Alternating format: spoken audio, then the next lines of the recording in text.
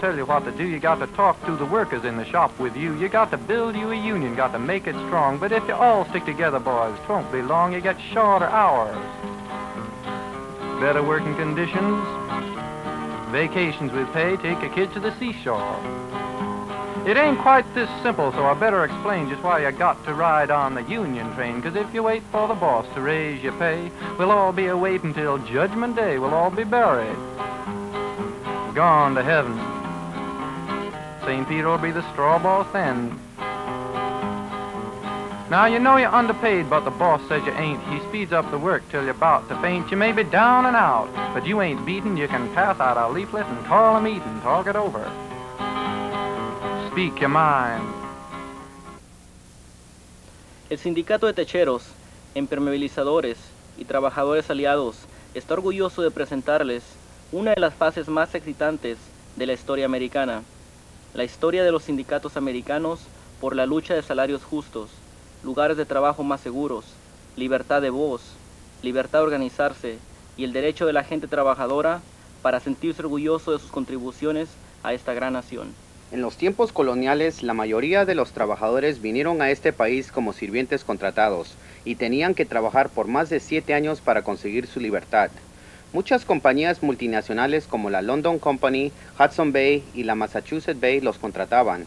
Este anuncio menciona que un barco lleno de sirvientes contratados serán vendidos por el capitán. Muchos de estos sirvientes eran trabajadores calificados en trabajos de construcción.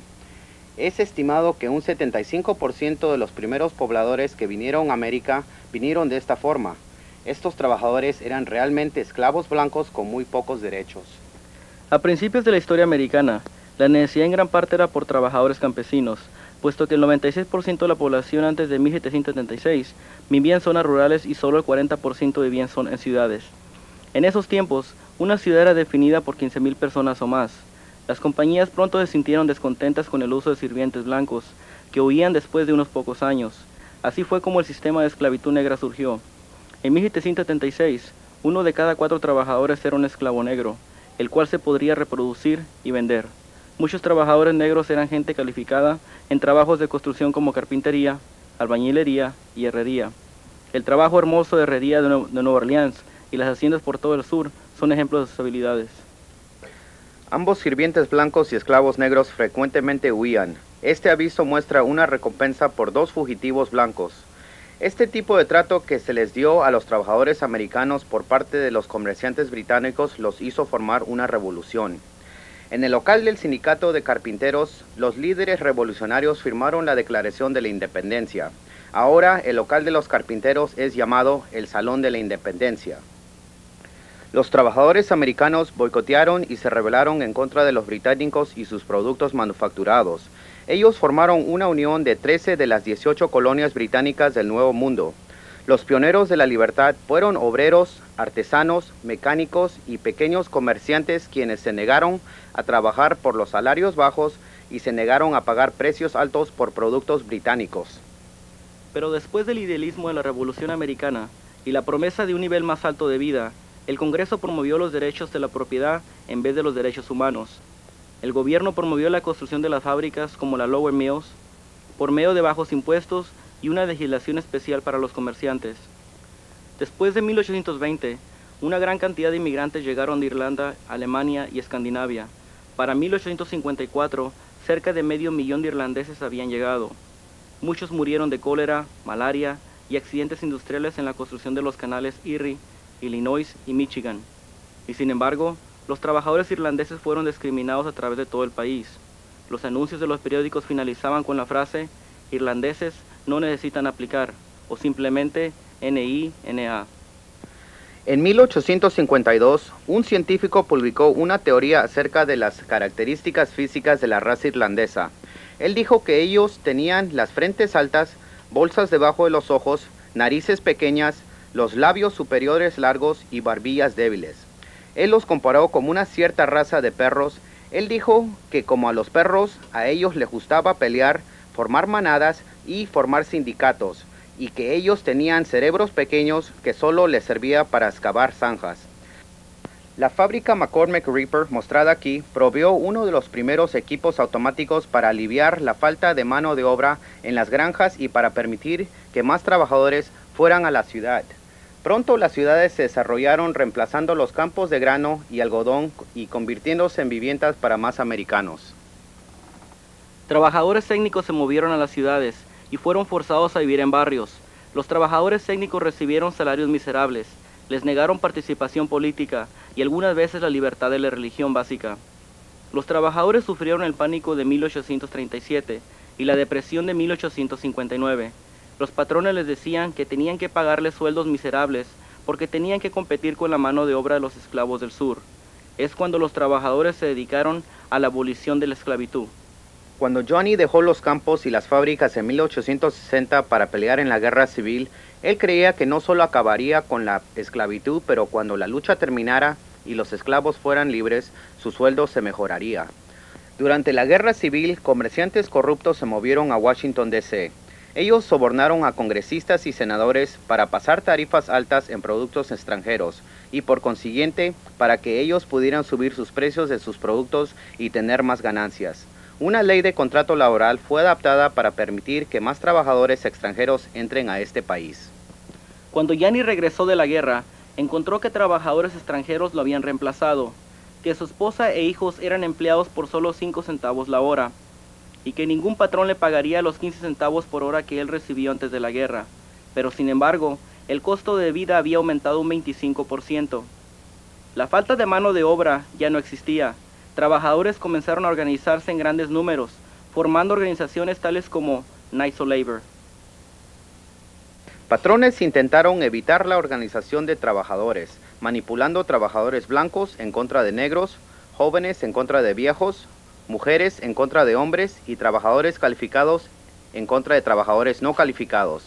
Terrence Powerly y Frank Farrell, miembros de los Knights of Labor, se dieron cuenta que todos los trabajadores tenían que trabajar juntos sin tomar en cuenta el color, edad o sexo para poder evitar la explotación de los patrones. Los patrones también manipularon a los nuevos trabajadores en contra de los nuevos sindicatos organizados. Varios grupos de trabajadores étnicos fueron traídos para disolver la huelga. Entre los años 1860 y 1910, la población de inmigrantes aumentó un 700%. Esos trabajadores establecieron zonas rurales y áreas urbanas. Ellos fueron usados para disolver las huelgas de los trabajadores mineros, textiles, madereros y de la industria pesada. Muchos de ellos no hablaban inglés y no se daban cuenta de que estaban en huelga. Al principio solo los hombres vinieron con esperanza de ganar suficiente dinero para poder traer después a sus esposas e hijos. Muchos de ellos nunca pudieron hacer esto por los sueldos bajos, enfermedades y accidentes industriales. Cuando sus familias llegaban, eran forzadas a vivir en barrios étnicos, donde les cobraban demasiado por la comida y la renta. Estos vecindarios creaban crimen y violencia. Los comerciantes formaron grupos vigilantes para poder controlar a los trabajadores. Ellos usaron armas en contra de los pobres trabajadores irlandeses, alemanes, polacos y bohemios, quienes formaron un partido político llamado Los No Saben Nada, quienes odiaban a los trabajadores sindicalistas, católicos y a cualquiera que no hubiera nacido en este país. Los trabajadores sufrieron demasiado por el pánico de 1873, el cual fue causado por un mal gobierno y la manipulación corrupta de los comerciantes en el mercado de valores. Miles de personas se reunieron afuera de las oficinas de asistencia humanitarias en Chicago para exigir parte de los $5 millones que habían sido donados para los sobrevivientes del gran incendio de Chicago. En vez de recibir el dinero o la ayuda, la policía los condujo adentro de un túnel debajo del río de Chicago. Después de una investigación varios años atrás por el estado de Illinois, se descubrió que las personas que controlaban esos fondos eran Marshall Fields, George Pullman, Cyrus McCormick y otros quienes se habían prestado dinero de esos fondos sin intereses para la expansión de sus negocios. Por lo tanto, ese dinero no estuvo disponible para la gente pobre. A través del país, incidentes similares sucedieron.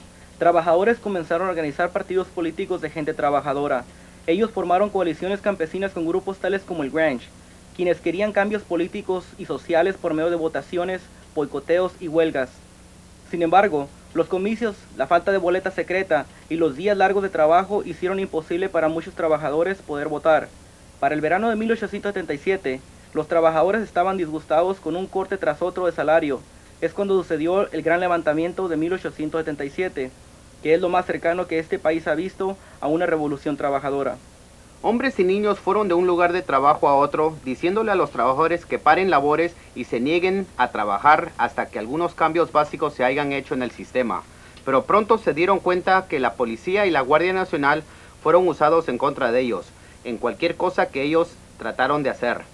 Delegados elegidos por el Estado pero pagados por las gerencias les dispararon a los trabajadores.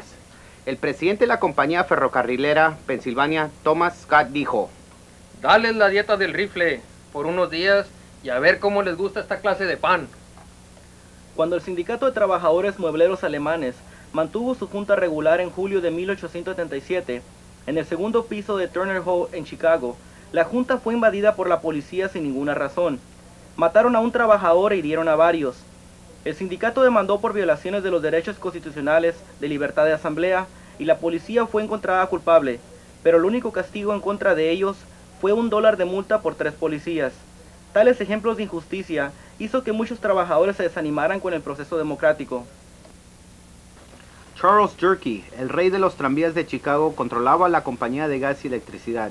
Una vez él dio $1 millón para sobornar la Asamblea General de Illinois y para así poder obtener el control que él necesitaba. A principios de julio de 1885, los trabajadores de los tranvías se fueron en huelga por salarios bajos y terribles condiciones de trabajo. El capitán Bonfield fue contratado por hombres tales como Jerkes, McCormick y otros hombres comerciantes. Él personalmente odiaba a los católicos, extranjeros y sindicalistas. Durante la huelga de los tranvías, él mantuvo a los tranvías operando sin importarle el hecho de que el alcalde de Chicago le había dicho a la policía que no interviniera. Cuando Peter Stefflin le tiró piedras a un tranvía siendo conducido por un detective, el capitán Banfield personalmente le disparó a Stefflin y le dijo a su gente que fueran al lado oeste y que tiren a matar. Los líderes comerciantes de la ciudad quisieron premiar al capitán Banfield por su trabajo haciéndolo jefe de la policía. Por medio de los miembros de los sindicatos obreros y asambleas laborales, ellos evitaron su promoción. Uno de estos líderes laborales militantes fue August Spies, editor de la publicación sindicalista alemana, quien estaba cansado de personas como el capitán Banfield, el cual se oponía al movimiento de libertad sindicalista. Spies fue acompañado por otro líder laboral llamado Albert Parsons, quien fue fundador de la Asamblea de Oficios Laborales y editor de la publicación sindicalista inglesa La Alarma. Parsons ayudó a trabajadores a organizarse a través de todo el país. Albert Parsons estuvo casado con una hermosa mujer llamada Lucy González Parsons, quien hablaba español y era de sangre india americana. Lucy y Albert Parsons fueron organizadores sindicalistas y oradores dinámicos. La organización, que llegó a ser la Federación Americana de Labores, se reunió en Chicago en 1884.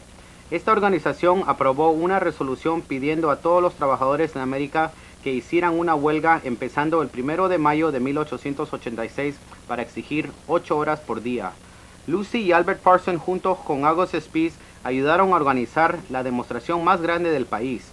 El 1 de mayo de 1886, más de 80,000 personas marcharon por la avenida Michigan en Chicago. Trabajadores de todas razas y grupos étnicos cantaban de mano en mano, unidos. Todo estaba tranquilo hasta el lunes 3 de mayo, cuando August Spies fue al suroeste de la ciudad a dar un discurso a una junta organizada por trabajadores madereros sindicalistas. Acerca de ahí se localizaba la fábrica McCormick, donde los trabajadores estaban en huelga. Como a las 3 de la tarde, el silbato sonó. Antihuelguistas entraron de la fábrica por el segundo turno, cuando en eso llegó el capitán Banfield con 200 policías armados y empezaron a disparar a los trabajadores sindicalistas, quienes habían atendido a la junta. Por lo menos 2 trabajadores fueron asesinados y docenas fueron heridos. Aterrorizado, August Spies regresó a su oficina y escribió un boletín protestando la acción de la policía. Esa noche los trabajadores se reunieron en el Palacio Griff para planear una protesta en contra de la brutalidad policíaca. Una junta gigantesca fue organizada a las 7:30 p.m. en la Plaza Haymarket. El martes 4 de mayo, este anuncio fue circulado. Más de 20,000 boletines fueron imprimidos en inglés y en alemán porque una tercera parte de la ciudad era de habla alemana. Este boletín nunca circuló y solo 200 fueron impresos antes que August Spies ordenara su destrucción. Él se opuso a la frase: hombres trabajadores, ármense y prepárense para luchar. Después, la policía encontró uno de los boletines en la basura y los usó como evidencia en contra de los trabajadores. Tristemente, Muchos de los libros usados en las escuelas americanas reproducieron este boletín y no el que realmente había circulado.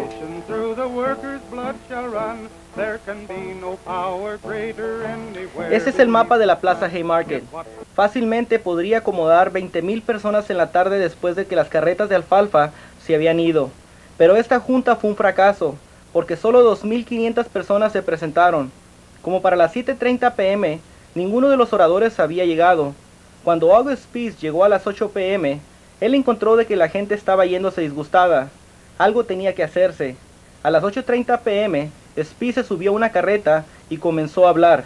Mandó a un amigo a traer otros oradores. Finalmente, Albert y Lucy Parsons llegaron. La pareja dio un discurso de 9 a 10 p.m. El alcalde de Chicago se mantuvo en la audiencia hasta casi el final. Es cuando fue a la estación de la policía para decirles a 176 policías que la demostración era pacífica y que se fueran a sus hogares, pero el capitán Banfield no tenía ninguna intención de seguir las órdenes del alcalde. El último orador, después de los Parsons, fue Samuel Fielden, un predicador como el Dr. Martin Luther King. Él creía que era importante trabajar con sindicatos y ayudar a trabajadores a encontrar una mejor vida en la tierra en vez de una salvación en el cielo. Fielden terminó su discurso como a las 10:25 p.m., cuando el viento y la lluvia habían causado que 200 personas se fueran. De pronto, el capitán Banfield dirigió un grupo de 176 policías bien armados en contra de un pequeño grupo de hombres, mujeres y niños, demandando que el grupo se fuera. Fielden exclamó: Esta es una reunión pacífica. Alguien desconocido hasta ahora tiró la primera bomba que se había tirado en la historia del mundo a un grupo de personas en tiempo de paz. Estaba oscuro y la única lámpara de la calle había sido volada por la explosión. La policía se asustó y 7 policías murieron, pero los escritores históricos creen que fueron balaceados por sus propios hombres. La mayoría de los libros de texto no mencionan el hecho de que por lo menos 4 trabajadores fueron asesinados y 28 fueron seriamente heridos. Muchos de los muertos no fueron reportados por las familias temiendo el acoso de la policía. Así fue como se vio la Plaza Haymarket la mañana después. Se declaró la ley marcial en la ciudad y la policía arrestó a cualquier grupo de 2 o más personas que se aparentaban ser sospechosos. A través de los Estados Unidos y muchos países europeos, comerciantes vieron el bombardeo de la Plaza Haymarket como una excusa para reprimir las labores organizadas. El inspector Chuck de la policía de Chicago empezó a arrestar a miembros sindicalistas. La policía realizó redadas a más de 50 sindicatos y todos los periódicos sindicalistas fueron cerrados. Una asociación de ciudadanos y comerciantes como George Pullman, Marshall Field, Armour y McCormick recaudaron cerca de $500,000 para pagar privadamente a los policías que arrestaran a los organizadores sindicalistas, quienes ellos se referían como socialistas, comunistas y anarquistas. Las cárceles de muchas estaciones de policía en Chicago se llenaron con hombres sindicalistas. La policía se metió a los hogares sin ninguna autorización y arrastraron a gente de sus camas. 8 hombres fueron juzgados, incluyendo August Spies, Albert Parsons y Samuel Fielden, quienes habían dado discursos esa noche. Otros fueron juzgados, incluyendo Adolfo Fisher, de 27 años de edad. Él recibió la pena de muerte porque él imprimió el boletín donde se anunciaba la junta en la cual la bomba fue tirada y los policías fueron asesinados. Michael Schwab estaba hablando con 500 personas durante una junta en la fábrica Daring Harvest a 3 millas de distancia de donde la bomba fue tirada. Pero él también fue uno de los primeros que recibió la pena de muerte. La policía declaró de que su discurso pudo haber inspirado a alguien a tirar la bomba. George Engel, un organizador sindicalista alemán, ayudó a organizar la junta en la Plaza Haymarket. Él nunca atendió la junta porque estuvo jugando cartas con su esposa y amigos esa noche. Él también recibió la pena de muerte. Louis Lane, miembro del sindicato de carpinteros alemanes, fue arrestado. Él tenía 21 años de edad, quien solo había venido a América el año anterior para evitar ser enlistado en la fuerza militar alemana. Él fue acusado por haber tirado la bomba. Sin embargo, testigos comprobaron que él estuvo más de 1 milla de retirado. Oscar Nibby, fundador del Sindicato de Trabajadores Cerveceros, como 6 de los 8 que fueron juzgados, no estuvo presente. Su única conexión con la Plaza Haymarket era que 4 años atrás él había hecho una donación de $2 para comprar la imprenta que produjo el boletín que anunciaba la junta en la cual la bomba fue tirada y los policías fueron asesinados. Al contrario de los otros 7, él no recibió la pena de muerte, sino 15 años de trabajo pesado en la penitenciaría estatal Joliet. El juicio de la Plaza Haymarket duró 2 meses. El abogado estatal Grinnell dijo en el juicio: Estos acusados fueron escogidos y demandados por el gran jurado. Ellos no son más culpables que los miles que los siguieron. Ellos fueron escogidos porque eran los líderes. Declárenlos culpables y nuestra sociedad se salvará. Por más de 1 año y medio, apelaciones fueron hechas a cortes más altas. Sin embargo, Fielden y Schwab fueron sentenciados por vida en vez de muerte. 5 de los 8 acusados fueron sentenciados a muerte por ahorcamiento. El viernes 11 de noviembre de 1887, hubo protestas alrededor del mundo. La Asamblea General Francesa protestó en contra de la ejecución al presidente Grover Cleveland. Como a las 8:45 am del día 10 de noviembre, un día antes de la ejecución, el presidente de la Federación Americana de Labores, Samuel Gompers, le rogó al gobernador de Chicago por sus vidas. Louis Lane fue encontrado muerto en su celda con su cara destruida por un cartucho de dinamita. La revista Harper's lo dibujó de pie encendiendo la mecha, pero él fue encontrado acostado en su cama cuando la dinamita explotó. Algunos dicen que la policía le dio un cigarro con un cartucho adentro. Asesinato o suicidio, nadie lo sabrá.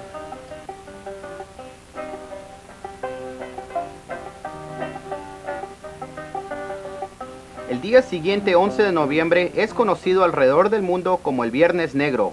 Ese día, 4 personas fueron ejecutadas por ahorcamiento mientras cientos de hombres comerciantes observaron y proclamaron el final del movimiento de labores americano. El funeral atrajo a más de 500,000 de personas y en París, Francia, en julio de 1889, un representante de la Federación Americana de Labores pidió que el 1 de mayo fuese reconocido como el Día Internacional del Trabajo en honor de los mártires de Chicago. ¿A cuántos de nosotros se nos enseñó la verdadera historia de la Plaza Haymarket? Trabajadores alrededor del mundo conocen la historia mejor que nosotros. Ninguno de los libros de textos usados en las escuelas americanas muestran la historia adecuada. En realidad, es usado para condenar el movimiento laboral como violento y antiamericano. En 1890 hubo una feria mundial en San Luis y 3 años después hubo otra en Chicago, donde techeros, electricistas, carpinteros, herreros y otros miembros de la rama de la construcción de todo el país se reunieron para construir esas ferias. Por primera vez se reunieron y se comentaron problemas comunes. Se dieron cuenta que con la unidad existiría la fuerza. Muchos de ellos pensaron en organizarse. Pero otra depresión se vino en 1893 y otra vez miles de personas se estaban muriendo de hambre. Sindicatos recién formados comenzaron a perder miembros porque los trabajadores sin empleo no podían pagar sus cuotas. Miles de trabajadores desempleados marcharon a Washington, D.C. para protestar la política gubernamental. Los trabajadores no cometieron ningún crimen, pero varios de ellos fueron arrestados simplemente por haber caminado sobre el pasto del Capitolio. En ese mismo año, un reportero le preguntó a Samuel Gompers, fundador y presidente de la Federación Americana de Labores, ¿qué es lo que el obrero quiere? Y el señor Gompers le respondió: ¿Qué es lo que el obrero quiere? Nosotros queremos más escuelas, menos cárceles, más libros y menos arsenales, más aprendizaje y menos vicio, más entretenimiento y menos avaricia, más justicia y menos venganza. En hecho, más oportunidad para cultivar nuestros mejores instintos, para hacer la masculinidad más noble y la feminidad más hermosa, y la niñez más brillante y feliz. Otro héroe obrero, el cual los estudiantes americanos nunca han leído, es Eugene Victor Dodds. En 1893, él organizó trabajadores ferrocarrileros a través del país y formó un sindicato llamado ARU, el Sindicato Americano Ferrocarrilero. En la batalla por el sindicalismo industrial, Victor Dodds se enfrentó a George Pullman, uno de los comerciantes más responsables por el ahorcamiento de los mártires de la Plaza Haymarket. Pullman fue el fundador y presidente de la compañía automotriz Palacio Pullman. 14 años antes, Pullman había construido una colonia modelo para sus trabajadores fuera de Chicago. Él seleccionó solo a gente trabajadora tipo americano para su colonia. Más del 50% de sus trabajadores tenían que ser nativos americanos, y particularmente no aceptaba a los irlandeses. Él creía que ellos eran muy intolerantes, mal hablados y muy sindicalistas. Los trabajadores de Pullman eran prácticamente prisioneros en esta colonia. Ellos trabajaban de 12 a 14 horas al día y después de 1893 Pullman les cortó el salario de un 25 a un 54% sin reducirles la renta de las viviendas.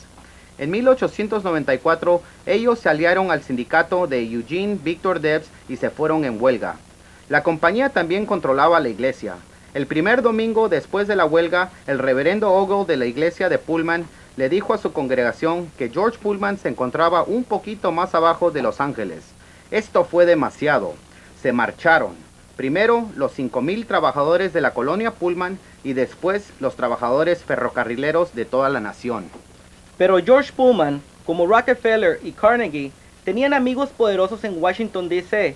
Pullman había dado grandes contribuciones a congresistas, senadores y también al presidente. Uno de sus amigos más cercanos era el licenciado general de los Estados Unidos, el cual convenció al presidente Cleveland para mandar tropas. El 4 de julio, día de la independencia, más de 14,000 tropas y agentes especiales llegaron a Chicago con la excusa de que los ferrocarriles del correo estaban en peligro, y tropas adicionales fueron usadas para romper las huelgas en toda la nación. Eugene Debs fue arrestado y puesto en la misma celda en la cual estuvo encarcelado uno de los mártires de la plaza Haymarket.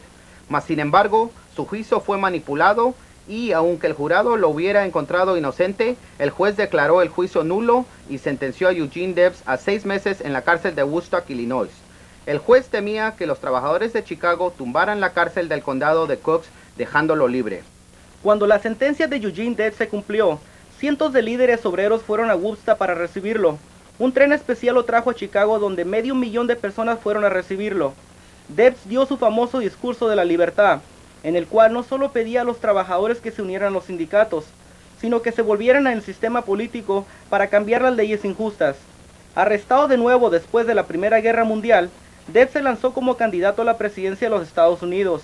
Durante su encarcelamiento en la penitenciaría del Atlántico, recibió más de 1,000,000 de votos estando encarcelado. Cursos de historia omiten a líderes obreros y a los cursos de literatura los ofrecen en libros que exponen la injusticia económica y social. Autores como Theodore Dreiser, nacidos en esta casa en Indiana. Los libros de Dreiser, tales como La tragedia americana, Hermana Carey y El Titán, cuentan cómo mujeres jóvenes fueron forzadas a la prostitución por sus patrones, quienes las despedían si no cooperaban. Libros de Upton Sinclair, tales como La jungla, pusieron a la gente a pensar y hablar acerca de los niños obreros y a la necesidad de proteger los derechos de los trabajadores. Hoy muy poca gente adolescente lee estos libros y es por eso que ellos tienen muy poco conocimiento acerca de los mejoramientos que han resultado con la ayuda de los sindicatos de América. En 1920, una de las revistas más populares eligió a esta mujer como una de las grandes 20 mujeres del mundo, pero ahora ningún libro escolar menciona el nombre de Madre Jones. Ella se veía como un ángel, pero cuando encontraba injusticia, ella peleaba. Una persona dijo que su lenguaje era tan colorido que ella podría hacer que hasta una mula bajara la cabeza de vergüenza. Su esposo e hijos murieron en una epidemia, perdió su negocio y todas sus pertenencias en el Gran Fuego de Chicago en 1871. Es cuando Madre Jones tomó el movimiento laboral como su familia, especialmente los niños de las minas. Las cerrajerías y las minas empleaban a millones de niños a 5 centavos por hora, porque los dueños no querían pagar 15 centavos por hora a los padres. Madre Jones dirigió marchas y demostraciones por todos los Estados Unidos. Aquí la ven dirigiendo una cruzada en contra de la explotación de la niñez. Ella y cientos de jóvenes trabajadores marcharon a través de Pensilvania, Nueva Jersey, New York, para ver al presidente Theodore Roosevelt en su casa de campo en Nueva York. Conforme marchaban, cantaban la canción 8 horas al día. Somos niños mineros valientes y galantes, quienes trabajan debajo de la tierra. Con coraje y buena naturaleza, lo mejor encontrarán en esta tierra. Trabajamos de día y noche, por muy poco pago, para mantener a nuestras familias en nuestro estrago. Si Satanás se llevara a los antihuelguistas, estoy seguro que no fuese un pecado, y que paz y felicidad tendríamos en nuestro estado. Para nosotros los pobres trabajadores, 8 horas tenemos para trabajar, 8 horas tenemos para jugar, 8 horas tenemos para dormir, aquí en nuestro libre hogar. Cuando la Guardia Nacional de Colorado asesinó a trabajadores en Ludlow, la madre Jones estuvo ahí. Cuando las carpas de los huelguistas fueron incendiadas, mujeres y niños fueron quemados en el hoyo negro de Ludlow, y la madre Jones protestó al presidente Woodrow Wilson. John D. Rockefeller fue el que ordenó el ataque, pero la madre Jones fue arrestada supuestamente por disturbios de paz. Pero a pesar de que la madre Jones, los Parsons y Eugene Debs y muchos otros, para los años 1900 la sociedad americana no tenía la oportunidad de igualdad y justicia para todos. Los ricos se hacían más ricos y los pobres más pobres. Cuando la señora Vanderbilt construyó un salón para 400 personas, un reportero le preguntó a una amiga de ella acerca de esto, y la amiga respondió: después de todo, solo hay 400 personas en América que valen la pena ser invitadas a cenar. Muchas de las personas que controlaban la economía y estructura política tenían esta actitud, pero más cambios vinieron con el movimiento sindicalista e individuos que trabajaron directamente e indirectamente en el movimiento. Cuando Teddy Roosevelt fue presidente en 1901, él estableció una agencia que llegó a ser el Departamento Laboral. Roosevelt fue el primer presidente americano que usó la influencia del gobierno para defender los derechos del trabajador. Con un presidente prolaboral en la Casa Blanca, el movimiento sindicalista llegó a crecer. En la industria techera, dos sindicatos se organizaron en 1902 y 1906 cuando Roosevelt fue presidente, y en 1919 se juntaron para formar el Sindicato de Techeros Impermeabilizadores Unidos y Trabajadores Aliados. Este sindicato comenzó con una membresía de 1,200 trabajadores. Otra maravillosa persona que ayudó a los sindicatos fue Jane Addams, una mujer que, aunque venía de familia rica, no quiso ser una de las 400 personas de la señora Vanderbilt. Jane Addams dedicó su vida para ayudar a la gente trabajadora y sus familias. Ella reunió un grupo de personas para poner presión política en las capitales de los estados y Washington, D.C. para crear cambios a favor del trabajador. En 1889, Jane Addams estableció la Casa Hall, la primera casa de establecimiento en la nación. Algunos hombres comerciantes al principio la apoyaron, pensando que ella iba a proveer cuidado para niños pequeños y después poder emplear a las mujeres por bajos ingresos y despedir a los hombres de altos salarios.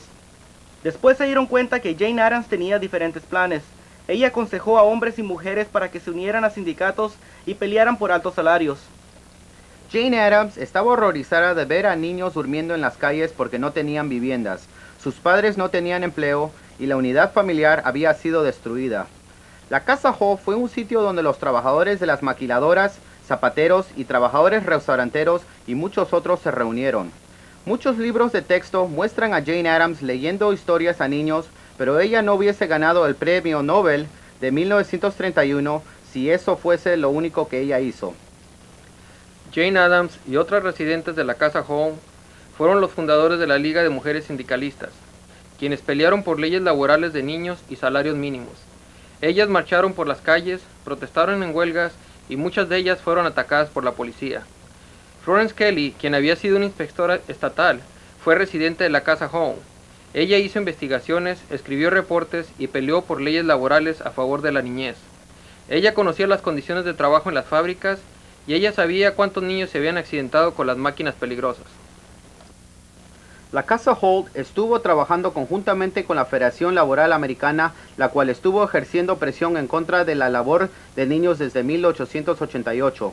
El Congreso y muchos estados pasaron leyes prohibiendo la labor infantil en 1916, pero sin embargo, la Corte Suprema decidió que esas leyes fueron inconstitucionales en 1918, diciendo que los niños tenían el derecho de trabajar si ellos querían. Desafortunadamente, esta nación no consiguió que la legislación federal prohibiera la labor infantil hasta 1938, pero esta ley no aplica para los trabajadores migrantes campesinos. Pero sin embargo, las leyes actuales prohíben el trabajo a menores de 16 años en tiendas y trabajos no peligrosos, y a menores de 18 años trabajar en las fábricas y minas. Otra persona que trabajó con Jane Addams en el movimiento sindicalista fue la doctora Alice Hamilton. Ella se mantuvo activa hasta su muerte a la edad de 101 en 1971. La doctora Hamilton peleó por la seguridad en el trabajo. Su libro, Explorando los oficios peligrosos, descubrió las terribles condiciones en las fábricas y en los sitios de construcción para los trabajadores americanos, condiciones que todavía existen para muchos. La doctora Hamilton descubrió que muchos sindicatos fueron organizados originalmente para proveer beneficios de muerte para las viudas y los huérfanos de los miembros. La doctora Hamilton dijo: es una lástima que yo no pueda recordar en ninguna instancia la ayuda de parte de los industrialistas organizados para obtener una clase de protección para el trabajador americano que fue ofrecida años atrás en los países industriales de Europa. Pero la verdad es que la Asociación Nacional de Fabricantes ha peleado por la aprobación de leyes de compensación de enfermedades ocupacionales, como también peleó por las leyes en contra de la labor infantil, leyes estableciendo un salario mínimo para mujeres y horas máximas de trabajo por día. En 1916, como resultado del trabajo inicial de la doctora Hamilton, fue ella elegida por el presidente Woodrow Wilson como directora de la inspección de las fábricas de la nación, y encontró que muchas fábricas hacían todo lo posible para evitar las leyes de la seguridad y salud, algo que todavía pasa hoy. Pero una de las necesidades más grandes para los trabajadores americanos y sus familias sería un sistema de escuela pública gratuita. El Partido Político de los Hombres Trabajadores de 1930 demandó una educación universal igual para todos. En 1888, la Convención de la Federación Americana de Labor pasó una resolución similar. Pero esto fue justo lo que el establecimiento de ese día no quería. En esta caricatura de la revista Sociedad, ustedes pueden ver exactamente lo que la gente rica opinaba de la gente trabajadora. El título de la caricatura es El trabajador americano del futuro, cuando los agitadores laborales hayan ganado todo lo que ellos quisieran. Se burla de la idea de que la clase trabajadora pudiera algún día tomar parte en la sociedad, en el gobierno y en los deportes, y ridiculiza la idea de que los hombres trabajadores algún día podrán leer y escribir libros. Los residentes de la Casa Holt y el movimiento sindicalista reconocieron que la educación pública terminaría con la labor infantil. Los niños de ahora no pueden creer cuando ven esta fotografía, jóvenes protestando por el derecho de ir a la escuela, pero ambos padres y niños sabían que mediante la educación y entrenamiento vocacional el ciclo de la pobreza terminaría. Pero no había dinero para las escuelas, porque las corporaciones grandes de la nación no pagaban su parte justa de impuestos.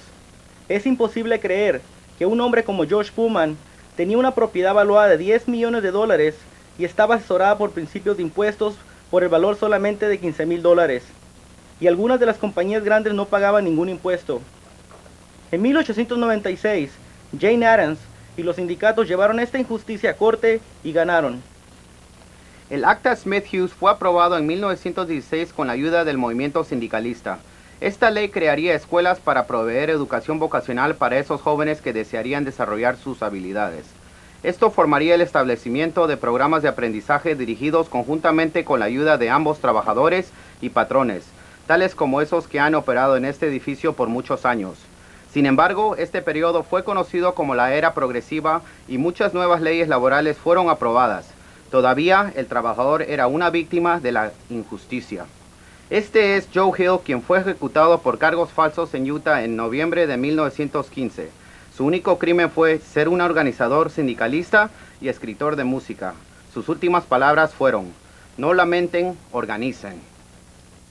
Durante la Primera Guerra Mundial, más y más trabajadores se unieron a los sindicatos. La propaganda antisindicalista de Haymarket fue olvidada. Trabajadores se preguntaban uno al otro: ¿perteneces a un sindicato? Y si no, ¿por qué no? El Comité Nacional de Labores por primera vez permitió que trabajadores de transporte, de ferrocarriles, de empacadoras e industrias controladas por el gobierno pudieran organizarse. El movimiento sindicalista creó más de 5 millones de miembros para 1919. Con el bloqueo de la inmigración extranjera, los trabajadores negros de las zonas rurales del sur fueron a trabajar a las fábricas del norte, y mujeres negras y blancas fueron animadas a trabajar. Ahora trabajadores negros fueron manipulados en contra de trabajadores blancos. Esto desarrolló un terrible disturbio de razas en el país durante el verano de 1919. Cuando los trabajadores metaleros trataron de organizarse en 1919 en contra de Albert Gary, presidente de la compañía metalera US Steel, la policía atacó a los trabajadores. El gobernador Loren de Illinois, yerno de George Pullman, ordenó tropas militares en contra de los trabajadores. Un nuevo susto rojo comenzó y las oficinas sindicalistas fueron saqueadas por la policía. Eugene Debs fue arrestado por segunda vez. Y Big Bill Haywood, representante de los trabajadores industriales del mundo, fue arrestado y puesto en la misma celda que Eugene Debs y los mártires de Haymarket estuvieron encarcelados. Para los 1920s, la mayoría de las ciudades grandes eran antisindicalistas.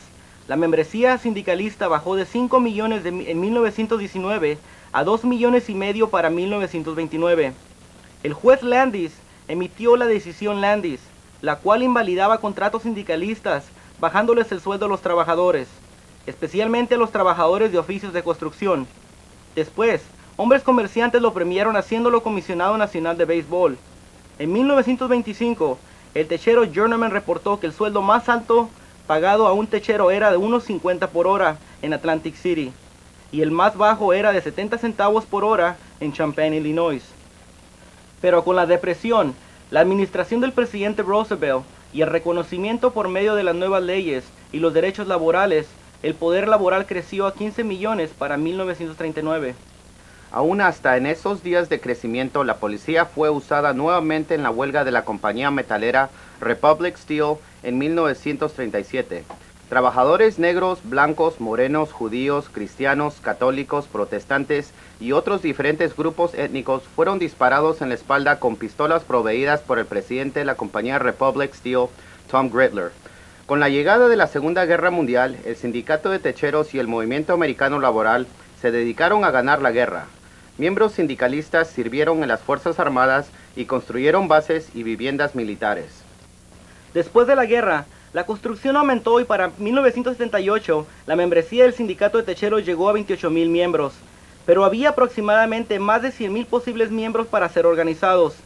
Pero ahora tenemos muchos problemas que resolver en nuestra sociedad. Muchos grupos todavía están luchando por sus derechos, incluyendo trabajadores de la construcción. Los jóvenes de ahora no han aprendido las batallas del pasado. ¿A qué se debe esto? Un dirigente sindicalista en California le pidió a un maestro que leyera los libros estudiantiles. Él se asombró del material antisindicalista que fue presentado a su hija. Un libro dice, la distancia económica entre los trabajadores y patrones se ha disminuido hasta el punto de extinción. ¿Usted cree eso? Otro libro dice que el típico americano no es pobre ni rico, excepto en la manera de que él es extremadamente rico en comparación con el típico ciudadano de otras naciones. No escuela o profesión se le impide a una persona capaz porque él es pobre, y no persona rica puede esperar algún privilegio especial porque él es rico. ¿Usted cree eso? Otro libro definió la teoría del sistema americano como que los sindicatos y las cooperativas eran antiamericanas, y que nosotros deberíamos sostenernos por sí mismos, como Daniel Boone en El Bosque. Este libro dice, autodependencia ha sido siempre el sistema americano, para proveer seguridad por sí mismo. Mantenerse por uno mismo es todavía la mejor manera. Nosotros también mantenemos la idea de que cada hombre debe proveer por su propia vejez de los frutos de sus años trabajados. Un libro de historia americana dice, la cosa más significante y el cambio más brillante en la escena americana desde 1900 ha sido la eliminación de lo que se llamaba las clases bajas. Hay todavía americanos pobres, pero sociólogos tienen que buscar intensamente para poder encontrar gente pobre. ¿Usted cree eso? Es por eso que menos de 55% de los americanos de ahora aprueban los sindicatos en comparación de casi 80% en 1936. Sin embargo, las cosas se están mejorando de acuerdo al reciente estudio de la organización AFL-CIO y la campaña Diga Sí a la Unión. Hoy, muchos trabajadores organizados reciben salarios justos por medio de contratos sindicalistas, pero sin embargo, una quinta parte de los trabajadores americanos están organizados.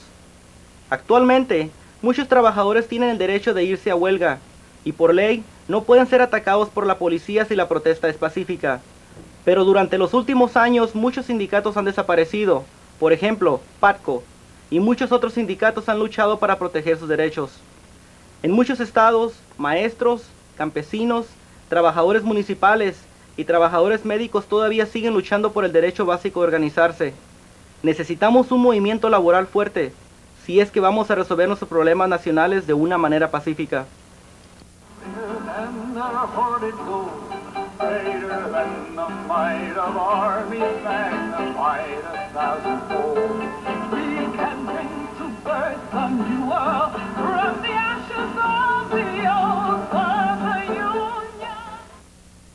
La historia del movimiento laboral debe ser enseñada en cada escuela de esta nación. América es un ejemplo viviente en lo que hombres y mujeres libres pueden hacer para mejorar sus vidas organizándose con sindicatos laborales democráticos. Debemos de estar orgullosos de esto. Solidarity forever, solidarity forever, solidarity forever.